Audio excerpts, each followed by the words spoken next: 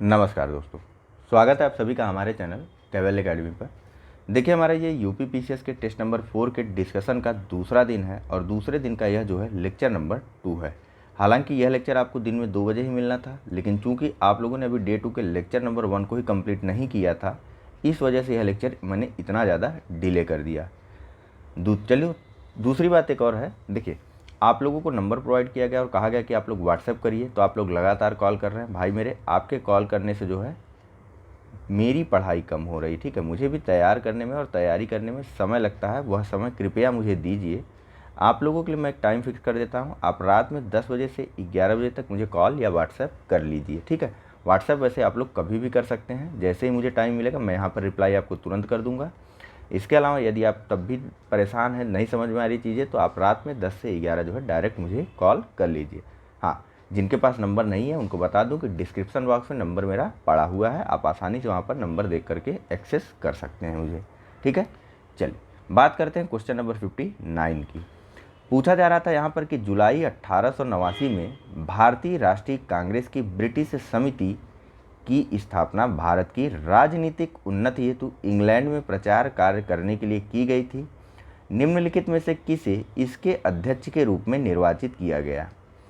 ए William Digby, B William Wedderburn, C Dadabhai Naoroji, या फिर D Elon Octavian Hume, या फिर ए ओ ह्यूम।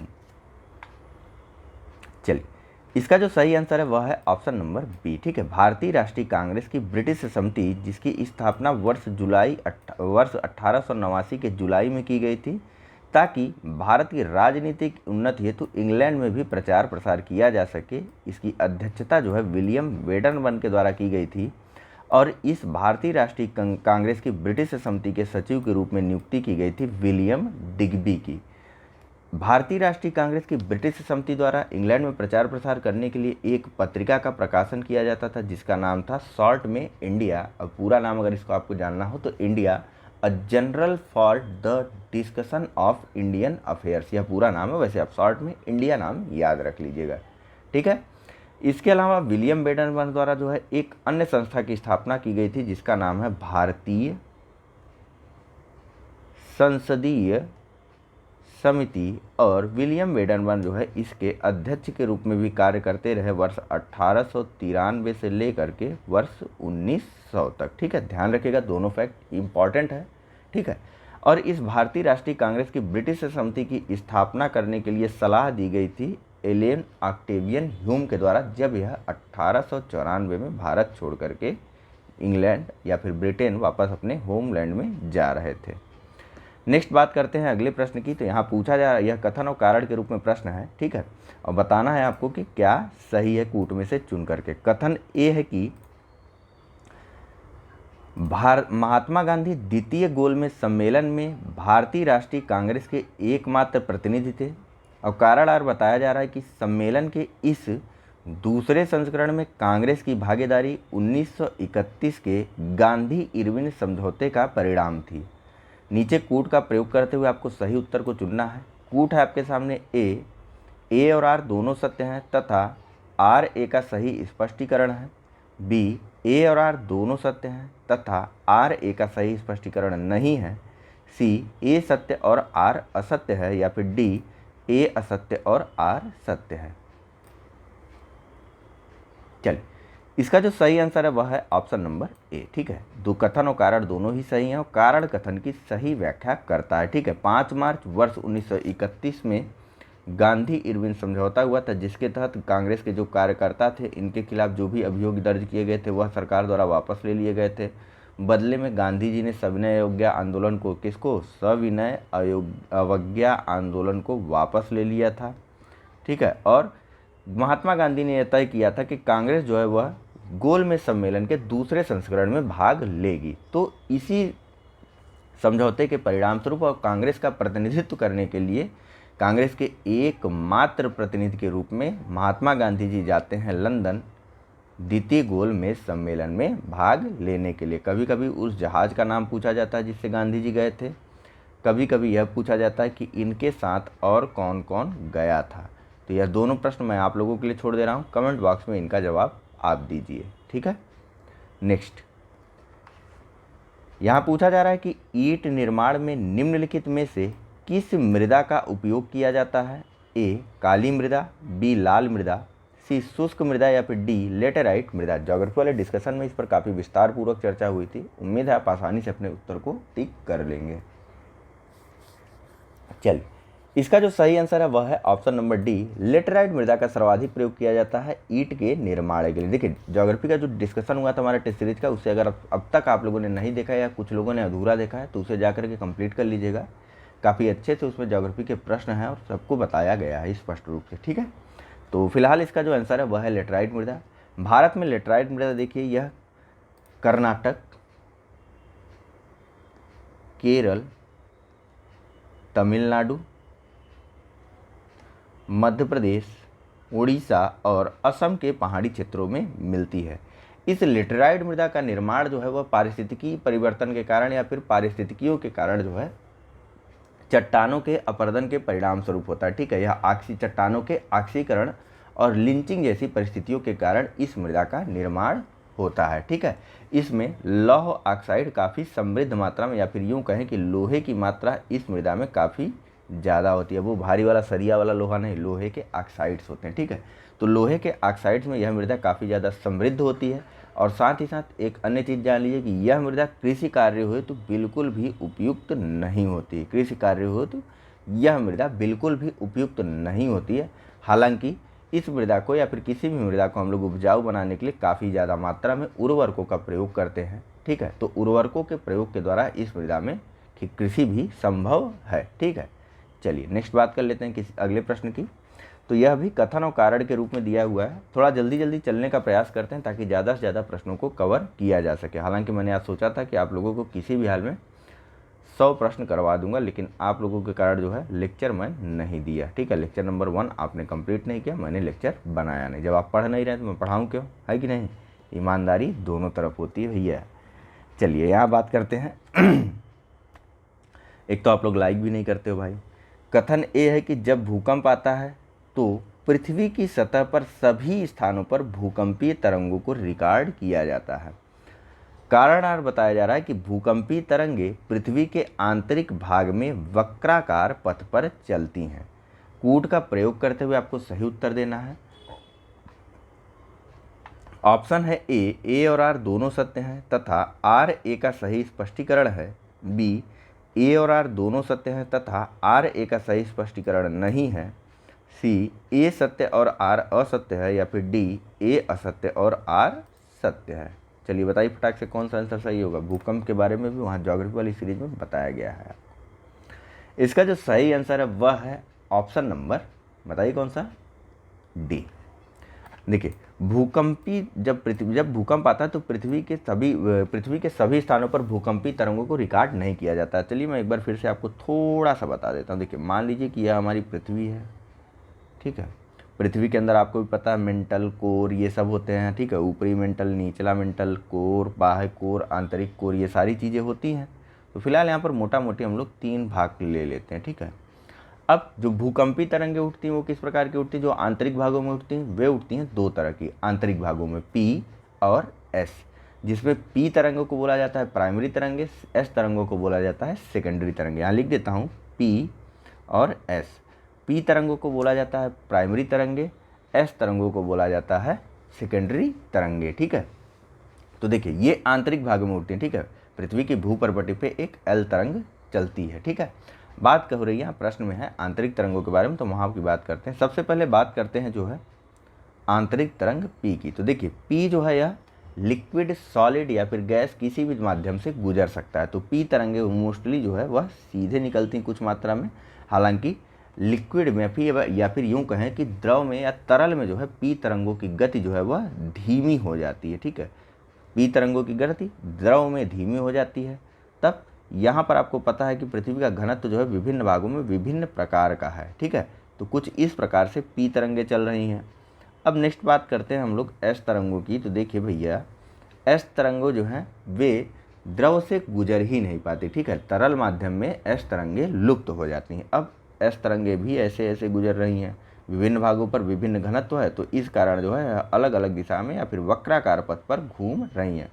कुल मिलाकर के कुछ भाग पृथ्वी का छूट जाता है। ठीक है, यहाँ पर ऐसे इसको मैंने ज़्यादा खींच दिया, कुछ भाग जो है वह छूट जाता है।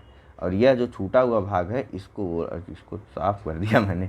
ये जो छूटा हुआ भाग है, ये वाला जो भाग जो छूटा हुआ भाग है, ये हिस्सा, इसको बोला जाता है भूकंप का वृष्टि क्षेत्र। क्या बोला जाता है? शैडो जोन बोला जाता है। ठीक है, शैडो जोन बोला जाता है। तो हमने क्या देखा? भूकंपी तरंगे जो है वह संपूर्ण पृथ्वी पर नहीं जाती हैं, बल्कि एक शैडो जोन होता है जहाँ से भूकंपीय तरंगे गुजर नहीं पाती। जैसे कि ये भाग हो गया एक पृथ्वी का, एक ये वाला भाग हो गया, कि ये वाला भाग हो गया।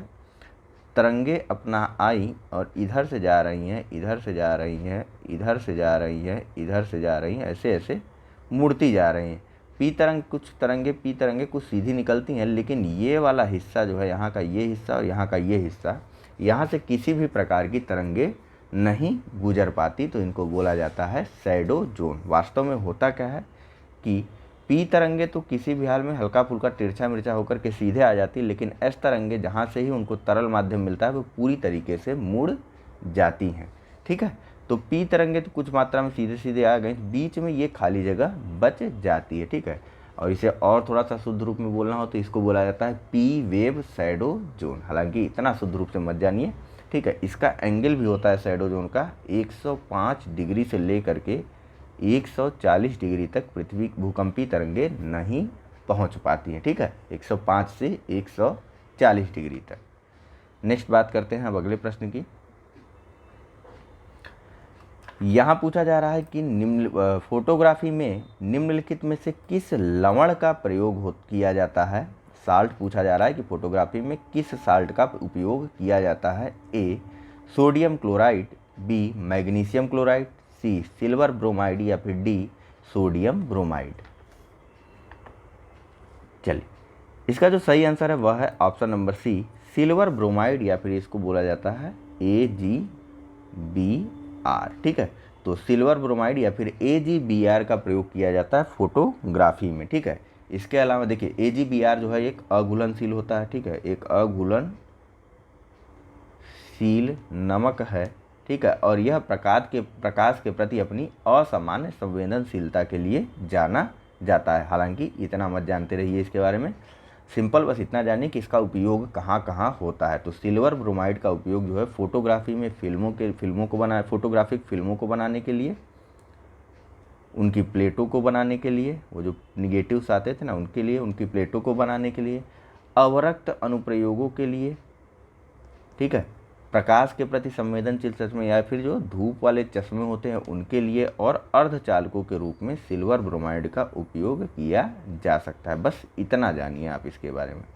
नेक्स्ट सूचियों के रूप में प्रश्न है। दो तरफ सूचियां हैं, एक तरफ हार्मोन्स है और दूसरी तरफ स्रावित ग्रंथियां हैं। मतलब किस ग्रंथियों से उन हार्मोन्स का स्रावण या फिर वे हार्मोन्स निकलते हैं। ठीक है, इनको आपको सुमेलित करवाना है। ऑप्शन है ए थायरॉक्सिन टेस्टेस्ट, बी टेस्टोस्टेरोन अग्नाशय, सी प्रोजेस्टेरोन अंडाशय, डी इंसुलिन थायराइड। अंडाशय यानी कि ओवरीज, अग्नाशय यानी कि पेंक्रियास। ठीक है, और थायराइड ग्रंथि यानी थायराइड ग्लैंड। ठीक है, और ये टेस्टेस। चलिए, ऑप्शन है आपके पास ए 2 3 1 4, बी 4 1 3 2, सी 2 3 4 1 या फिर डी 1 2 3 4। चलिए फटाक से सुमेलित करवाइए। चलिए देखिए, इसमें जो टेस्टेस है यह जो है पुरुष ग्रंथि है, और जो ओवरी या फिर अंडाशय है यह जो है बताइए फीमेल ग्रंथि है। ठीक है, अब आइए इनको सुमेलित करवाते हैं। इसका जो फिलहाल सही आंसर है वह है ऑप्शन नंबर बी 4 1 3 4 थायरॉक्सिन। देखिए थायरॉक्सिन हार्मोन जो है यह निकलता है आपका थायराइड ग्रंथि से। ठीक है, नेक्स्ट बात करते हैं अगले की। टेस्टोस्टेरोन देखिए यह टेस्टेट से निकलता है। ठीक है, अब बात करते हैं नेक्स्ट की प्रोजेस्टेरोन की। तो देखिए भैया प्रोजेस्टेरोन जो है यह निकलता है ओवरी या फिर अंडाशय से। और बात करें सबसे अंत में इंसुलिन की, तो इंसुलिन आपका निकलता है, एक ही ऑप्शन बचा और वहीं से निकलेगा, कौन सा? पेंक्रियाज या फिर अग्नाशय। ठीक है, फिर से आपको बता दूं तो जो थायरॉक्सिन है यह निकलता है थायराइड ग्लैंड से, टेस्टोस्टेरोन जो है यह निकलता है टेस्टेट से, प्रोजेस्टेरोन निकलता है अंडाशय से, और इंसुलिन निकलता है अग्नाशय या फिर पेंक्रियास से। ठीक है, चलिए चलते हैं अगले प्रश्न पर।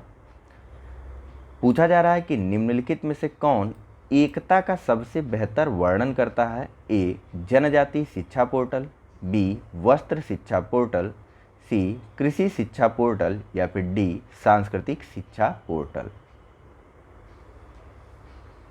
चलिए, इसका जो सही आंसर है वह है ऑप्शन नंबर सी। ठीक है, एकता को जानने के लिए या फिर इसको डिस्क्राइब करने के लिए आप सबसे पहले इसका पूरा नाम जानिए। इसका पूरा नाम है एकता कृषि शिक्षा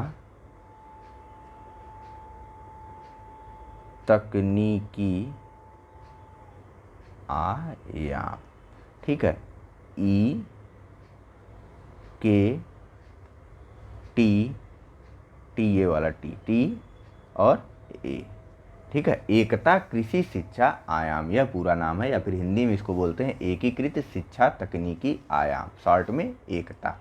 ठीक है, यह देखिए एक आईसीटी माध्यम से कृषि आधारित एक शिक्षा पोर्टल है जिसको जो है कृषि अनुसंधान एवं शिक्षा विभाग के द्वारा चालू किया गया है। ठीक है, किसके द्वारा? तो कृषि अनुसंधान एवं शिक्षा विभाग के द्वारा इस प्रोग्राम को चालू किया गया है। Department of agriculture research and education, short में बोले तो DARE के द्वारा इस प्रोग्राम की या फिर इस चीज़ की पहल की गई है। ठीक है, नेक्स्ट बात करते हैं अगले प्रश्न की। तो कथन और कारण के रूप में यह प्रश्न है। पूछा जा रहा है, कथन यह है कि प्रत्यक्ष कर एक ऐसा कर है जिसे जिस व्यक्ति पर आरोपित किया जाता है उसे पहचाना जाता है। कारण आर बताया जा रहा है कि इस कर के भार को स्थानांतरित नहीं किया जा सकता है। कूट का प्रयोग करते हुए आपको सही उत्तर चुनना है। कूट है ए और आर दोनों सही हैं, तथा आर कथन ए की सही व्याख्या है। बी ए और आर दोनों सही हैं परंतु आर कथन ए की सही व्याख्या नहीं है।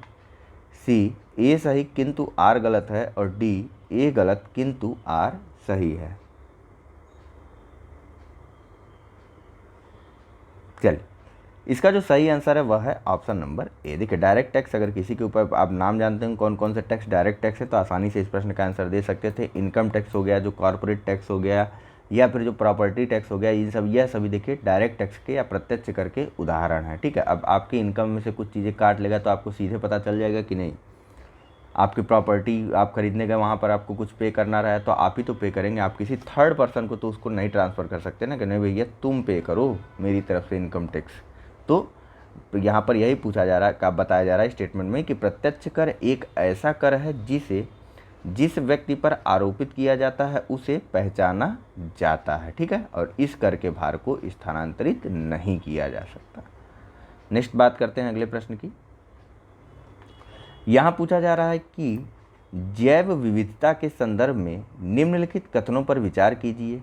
ए अल्फा जैव विविधता एक विशेष पारिस्थितिकी तंत्र के भीतर जैव विविधता को संदर्भित करती है, करवाया गया है आपको ये भी ज्योग्राफी वाले में। ठीक है, दूसरा गामा जैव विविधता पारिस्थितिकी तंत्रों के बीच विविधता की तुलना है।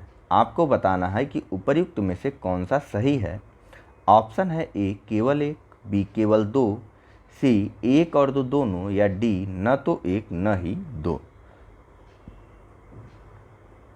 चलिए, इसका जो सही आंसर है वह है ऑप्शन नंबर ए, केवल और केवल पहला कथन सही है। देखिए, तीन तरह की जैव विविधता का मापन जो है, जैव विविधता में प्रजातियों की समृद्धि को जो है तीन प्रकार से मापा जाता है। एक तो होती है अल्फा, दूसरे को बोला गया बीटा, और तीसरे को बोला गया गामा। ठीक है, जिसमें से अल्फा जैव विविधता में क्या होता है, तो अल्फा जैव विविधता में किसी विशेष पारिस्थितिकी तंत्र के भीतर ही विविधता को मापा जाता है। ठीक है, बीटा विविधता में क्या होता है, तो दो विभिन्न पारिस्थितिकी तंत्रों के मध्य जो है विविधता की तुलना की जाती है। वहीं गामा विविधता में क्या होता है, तो ये दोनों चीज़ें होती हैं कि मतलब पारिस्थितिकी तंत्र के भीतर और पारिस्थितिकी तंत्रों के मध्य तुलना की जाती है गामा जैव विविधता के अंतर्गत। ठीक है, दो प्रकार से जो है जैव विविधता का मापन किया जाता है। एक तो होता है प्रजाति समृद्धि, जिसका मापन अल्फा, बीटा तथा गामा विधियों के माध्यम से किया जाता है कि प्रजातिगत समृद्धि किस प्रकार से हो रही है, ये मापन। और दूसरा जो मापन होता है वह होता है प्रजाति समता। इसके अंतर्गत क्या होता है प्रजाति समता में, तो देखिए किसी दिए गए स्थल पर प्रजातियों के अनुपात की माप, और जैसे कम समरूपता, अगर कहीं पर किसी दिए गए स्थल में कम समरूपता, ध्यान रखिएगा किसी दिए गए स्थल पर प्रजातियों के अनुपात की माप को बोलते हैं प्रजाति समता। ठीक है, पर्टिकुलर स्थल आपको बता दिया जाएगा कि यहाँ आप बताइए कि क्या स्थिति है प्रजातिगत समता की, तो वहाँ पर आप बताएंगे उनके अनुपात, मतलब कि वहाँ शेर कितने हैं, वहाँ बकरियाँ कितनी हैं, इस अनुपात को बताया जाता है प्रजाति समता में। और यदि समरूपता कम है तो यह माना जाता है कि यहाँ पर जो है कुछ प्रजातियाँ हावी हैं, जैसे शेर ज़्यादा अगर कम है, शेर ज़्यादा हैं, बकरियाँ कम हो जाएंगी, है कि नहीं। तो अगर क्या बताएगा समरूपता, कम समरूपता क्या इंगित करेगी कि स्थल पर कुछ प्रजातियाँ जो है वे हावी हो चुकी हैं, अब भैया शेर बढ़ गए हैं वहाँ पर। नेक्स्ट, गंगा को भारत की राष्ट्रीय नदी किस वर्ष घोषित किया गया था? ए 2008, बी 2011, सी 2016 या फिर डी 2020। चलिए, इसका जो सही आंसर है वह है ऑप्शन नंबर 8 ए, 8 कह रहा हूँ मैं, 4 नवंबर 2008 को जो है गंगा को राष्ट्रीय नदी घोषित किया गया था। कब? तो 4 नवंबर 2008 को। और इस अवसर पर प्रत्येक वर्ष 3 दिन का राष्ट्रीय गंगा उत्सव, या फिर यूँ कह लीजिए कि गंगा उत्सव का आयोजन भी किया जाता है। ठीक है, गंगा का उद्गम देखिए, यह ग्लेशियर होता है गंगोत्री, वहाँ से गंगा नदी का उद्गम होता है। और यह जो नदी जो है गंगोत्री से निकल करके लगभग 2510 किलोमीटर का सफ़र करते हुए अंततोगत्वा जो है बंगाल की खाड़ी में गिर जाती है। ठीक है, यह नदी देखिए लगभग 1000 वर्ग किलो 10 लाख वर्ग किलोमीटर का क्षेत्र जो है वह सिंचित करती है, या फिर ऐसा यह कह लीजिए कि गंगा नदी घाटी जो है विश्व के सबसे उपजाऊ और घनी क्षेत्रों में से एक है, और लगभग 10 लाख वर्ग किलोमीटर के क्षेत्र में फैली हुई है। हालांकि एक प्रमुख विशेषता है, हमारा जो राष्ट्रीय जलीय जीव है वह है डॉल्फिन, और सिर्फ डॉल्फिन नहीं है, वह है गंगा डॉल्फिन। ठीक है, गंगा डॉल्फिन हमारा राष्ट्रीय जलीय जीव है, और यह अब लुप्त प्राय के कगार पर भी आ गया है। ठीक है, चलिए बात करते हैं नेक्स्ट प्रश्न की। गंगा के बारे में आप सभी लोग बहुत अच्छे से जानते होंगे। फिलहाल यहाँ पूछा जा रहा है कि भारत के निम्नलिखित में से किस राज्य में प्रधानमंत्री द्वारा स्टैचू ऑफ पीस का अनावरण किया गया था? ए मध्य प्रदेश, बी गुजरात, सी राजस्थान या फिर डी पश्चिम बंगाल। चलिए, इसका जो सही आंसर है वह है ऑप्शन नंबर सी। ठीक है, राजस्थान में 16 नवंबर 2020 को भारत के प्रधानमंत्री नरेंद्र मोदी जी के द्वारा स्टैचू ऑफ पीस का अनावरण किया गया। एक जैनाचार्य हैं, उनका नाम जान लीजिए। जैनाचार्य कहने का मतलब एक जैन ऋषि थे या आचार्य थे, उनका नाम है श्री विजय वल्लभ सूरीश्वर। श्री विजय वल्लभ सूरीश्वर जी की 151वीं जयंती के अवसर पर 16 नवंबर 2020 को वीडियो कॉन्फ्रेंसिंग के माध्यम से राजस्थान में जो है स्टैचू ऑफ पीस का अनावरण किया गया प्रधानमंत्री नरेंद्र मोदी जी के द्वारा। ठीक है, अब कौन थे यह सूरीश्वर जी या फिर श्री विजय वल्लभ सूरीश्वर जी कौन थे? तो भैया ये एक जैनाचार्य थे। ठीक है, इनका समय था वर्ष 1870 से लेकर के 1954 तक का, और यह सादगी से जीने वाले लोगों के सादगी से जीवन व्यतीत करते थे या आडंबर विहीन जीवन व्यतीत करने के कारण प्रसिद्ध हैं। ठीक है, यह कविता, निबंध, भक्ति भजन अथवा स्तवन की रचना इनके द्वारा की गई थी। वहीं ये स्वतंत्रता आंदोलन और साथ ही साथ स्वदेशी आंदोलन में भी सक्रिय रहे थे। ठीक है, चलिए बात करते हैं अगले प्रश्न की। कहाँ पर किया गया था? तो राजस्थान के जानते रहिए, राजस्थान में, सिर्फ राजस्थान मत जानिए, कुल ऊंचाई है 151। ठीक है, 151 इंच दिया हुआ है यहाँ पर फिलहाल तो। ठीक है, इस और यह मूर्ति बनाई गई है अष्ट धातु की। दूसरी चीज़, राजस्थान के पाली के जेतापुरा में इसकी स्थापना की गई। कहाँ पर? तो राजस्थान के पाली के जेतापुरा में अष्टधातु की 151 इंच की स्टैचू ऑफ पीस की मूर्ति बनाई गई। 16 नवंबर 2020 को प्रधानमंत्री नरेंद्र मोदी जी के द्वारा इसका अनावरण किया गया। किसके उपलक्ष्य में? तो श्री विजय वल्लभ सुरेश्वर जी महाराज की 151वीं जयंती समारोह के अवसर पर। नेक्स्ट बात करते हैं अगले प्रश्न की। तो यहाँ पूछा जा रहा है कि निम्नलिखित दो कथनों में से एक को कथन ए और दूसरे को कारण आर नाम दिया गया। चलिए भैया, ये पढ़ने की क्या ज़रूरत थी। कथन ए चलते हैं सीधा हम लोग। पूछा जा रहा है कि सभी संवैधानिक अधिकार मौलिक अधिकार हैं। कारण आर बताया जा रहा है कि कुछ संवैधानिक अधिकारों को विशेष संरक्षण प्राप्त नहीं है। नीचे कूट का प्रयोग करते हुए आपको सही उत्तर चुनना है। कूट है ए और आर दोनों सही हैं और आर कथन ए की सही व्याख्या है। बी, ए तथा आर दोनों सत्य हैं परंतु आर कथन ए की सही व्याख्या नहीं है। सी, ए सत्य किंतु आर गलत है। या फिर डी, ए गलत किंतु आर सत्य है। यह भी आपको अभी इसी टेस्ट सीरीज में पीछे जब कंपैरिजन नहीं हो रहा था पिछले वाले सुबह वाले लेक्चर में कि उच्च न्यायालय और सर्वोच्च न्यायालय की रीट अधिकारिता के बारे में जब बात हो रही थी तो यह आपको वहाँ पर बताया गया था। फिलहाल इसका जो सही आंसर है वह है ऑप्शन नंबर डी। ठीक है, पहला कथन गलत और दूसरा सही है। देखिए, सभी संवैधानिक अधिकार मौलिक अधिकार नहीं होते हैं, विधिक अधिकार जो होते हैं। ठीक है, जैसे कि हमारा प्रॉपर्टी वाला अधिकार हो गया या फिर राइट टू प्रॉपर्टी हो गई, वह हमारा जो है विधिक अधिकार है। काम करने का अधिकार जो हमारा विधिक अधिकार है, मनरेगा में काम करने का अधिकार। नहीं काम मिल रहा तो आप जो है सुप्रीम कोर्ट डायरेक्ट नहीं जाओगे। ठीक है, तो सभी संवैधानिक अधिकार जो है यह हमारे मौलिक अधिकार नहीं होते हैं। मौलिक अधिकार जो है यह निश्चित हैं और यह इसलिए मौलिक हैं ताकि हमारे अधिकारों की कोई भी अवहेलना या सरकार द्वारा किसी भी प्रकार से मनमानी न की जा सके और हम स्वतंत्रता पूर्वक जीवन जी सकें। और यदि सरकार इस प्रकार की कोई कार्यवाही करती है तो हम सीधे सर्वोच्च न्यायालय जा कर के अपने अधिकारों के प्रति जो है अपने अधिकारों की मांग कर सकते हैं या फिर अपने अधिकारों को पुनर्स्थापित करवा सकते हैं। ठीक है, सुप्रीम कोर्ट के द्वारा इस संदर्भ में विभिन्न प्रकार की रिटें जारी की जाती हैं, जैसे कि बंदी प्रत्यक्षीकरण हो गया, परमादेश हो गया, प्रतिषेध हो गया, उत्प्रेषण हो गया, अधिकार परीक्षा हो गया। ठीक है, तो चलिए फिलहाल चलते हैं अगले प्रश्न पर।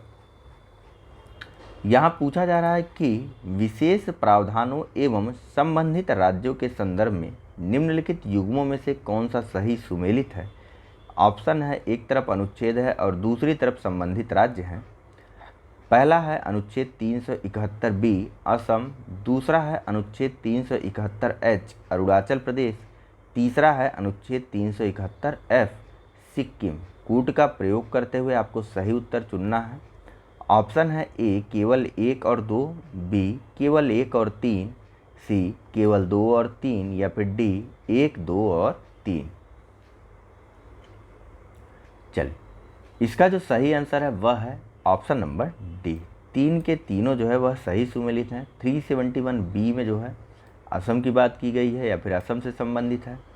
371 एच में जो है अरुणाचल प्रदेश की बात की गई है और सबसे अंत में 371 एफ में सिक्किम की बात की गई है। हालांकि हम लोग हमेशा इसके बारे में कंफ्यूज रहते हैं। ठीक है, मैं यहाँ पर भी बता दूंगा तब भी आप लोग कंफ्यूज ही रहेंगे। ऐसा करता हूँ, इसके लिए एक पर्टिकुलर लेक्चर बना करके आपको देता हूँ कुछ नया ट्रिक से। ठीक है, तो बने रहिएगा, मैं आपको जल्दी वह ट्रिक दे देता हूँ। फिलहाल बात करते हैं नेक्स्ट प्रश्न की, जिससे कि वह चीज़ें आसानी से आ जाएं। देखिए, 371 से लेकर के 371 जे तक का पूरा है। 371 से लेकर के 371 जे तक के सारे हैं। कहाँ कहाँ से याद करिएगा। ठीक है, बताने को मैं बता दूं कि 371 जो है महाराष्ट्र के लिए ही है, 371 ए नागालैंड के लिए, 371 बी असम के लिए, 371 सी मणिपुर, 371 डी आंध्रा और तेलंगाना के लिए है। तो 371 ई जो है वह आंध्र प्रदेश में केंद्रीय विश्वविद्यालय के लिए है।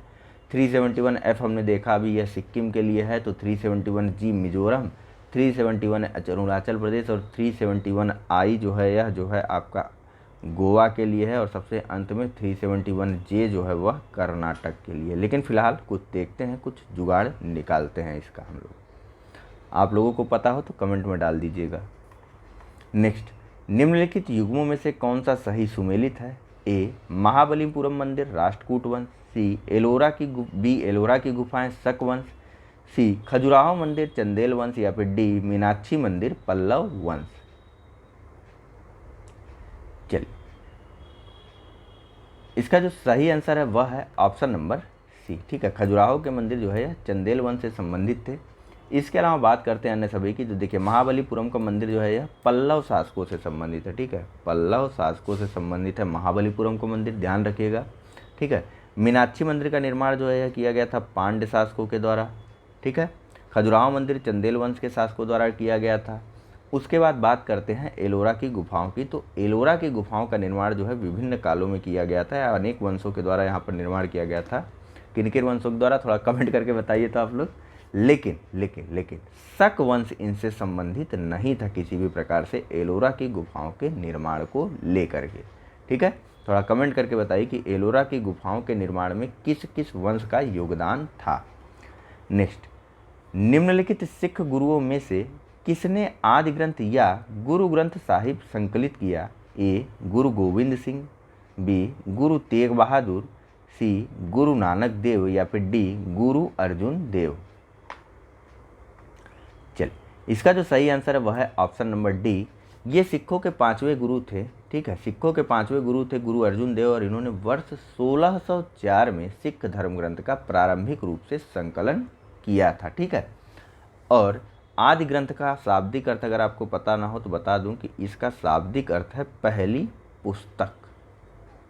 इस आदि ग्रंथ या गुरु ग्रंथ साहिब को, गुरु ग्रंथ साहिब इसको बाद में सिखों के जो 10वें गुरु थे 1708 में गुरु गोविंद सिंह थे, उन्होंने ही इसको सिखों के आदि गुरु के रूप में पुष्टि कर दी कि अब से सिखों का जो आदि गुरु होगा वह यही पुस्तक होगी, और इसी के साथ इस पुस्तक का, इस आदि पुस्तक का नाम बदल करके हो गया श्री गुरु ग्रंथ साहिब जी। ठीक है, चलिए बात करते हैं अगले प्रश्न की। यहाँ पूछा जा रहा है कि असहयोग आंदोलन के संबंध में निम्नलिखित कथनों में से कौन सा कथन सही नहीं है? ए जलियांवाला बाग नरसंहार के कारण महात्मा गांधी ने इस आंदोलन को स्थगित कर दिया था। बी असहयोग आंदोलन वर्ष 1920 में शुरू किया गया था और वर्ष 1922 में समाप्त हुआ था।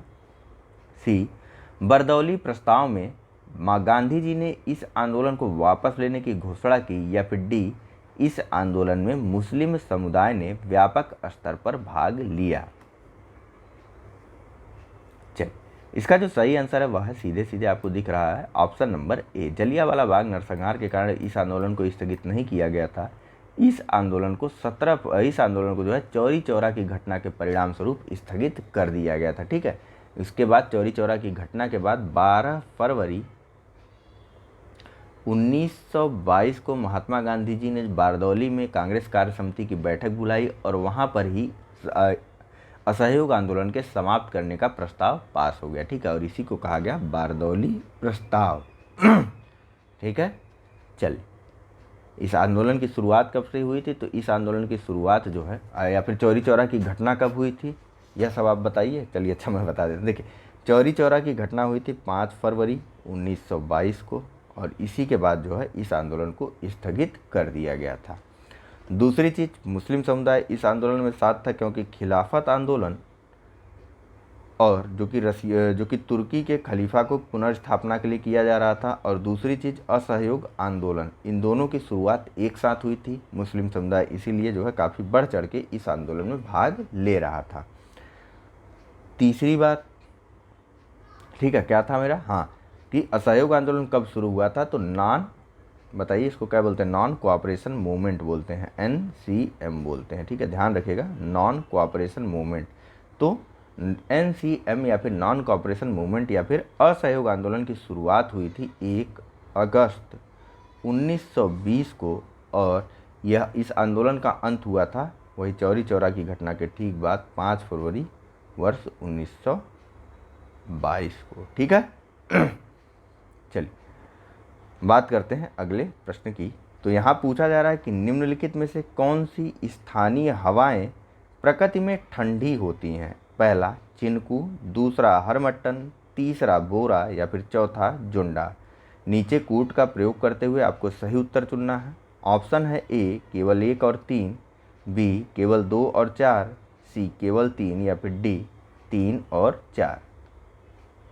चलिए, यह प्रश्न आप लोगों के लिए है। फिलहाल इस लेक्चर में या फिर इस डिस्कशन में इतना ही है, क्योंकि टाइम की भी बाउंडेशन रहती है। ठीक है, कल मैं निश्चित रूप से पूरी टेस्ट सीरीज खत्म कर दूंगा, आप लोग निश्चिंत रहिए। परसों से हम टेस्ट नंबर 5 का डिस्कशन शुरू करेंगे, हर हाल में शुरू करेंगे। ठीक है, और कल यह टेस्ट सीरीज समाप्त होगी। लेकिन शर्त और कंडीशन बस इतनी है कि आप साथ बने रहिए, आप साथ देते रहिए, प्लीज़ कृपया।